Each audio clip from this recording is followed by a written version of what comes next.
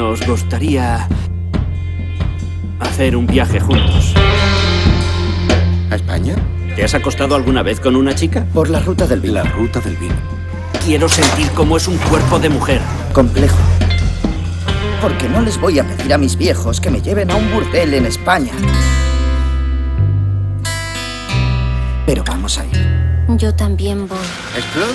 Sí, es Claude. Es una mujer. No iremos al burdel con una mujer. ¡Nos hemos ido! Van a Oslo.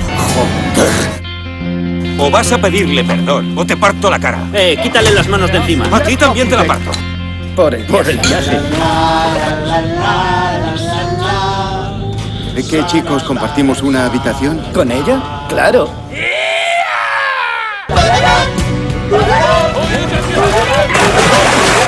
Oye, que me duele un montón el cuello.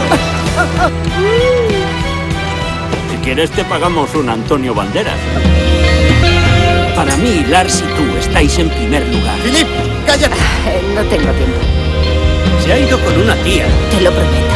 ¿Te apetece venir con nosotros a España?